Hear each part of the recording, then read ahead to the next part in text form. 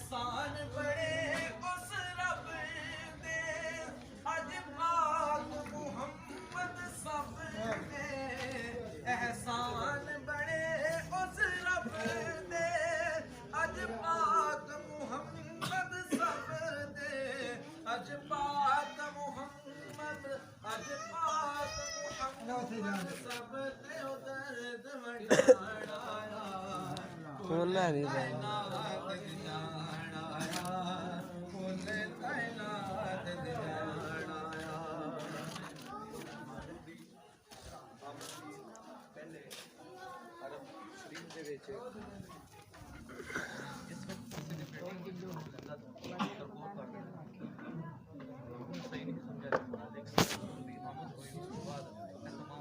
तमाम निजाम ये शायर लिखता है कि जदों हाकिम सोना आया तियां ने जश्न मनाया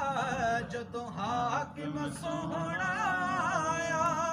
तियां ने जश्न मनाया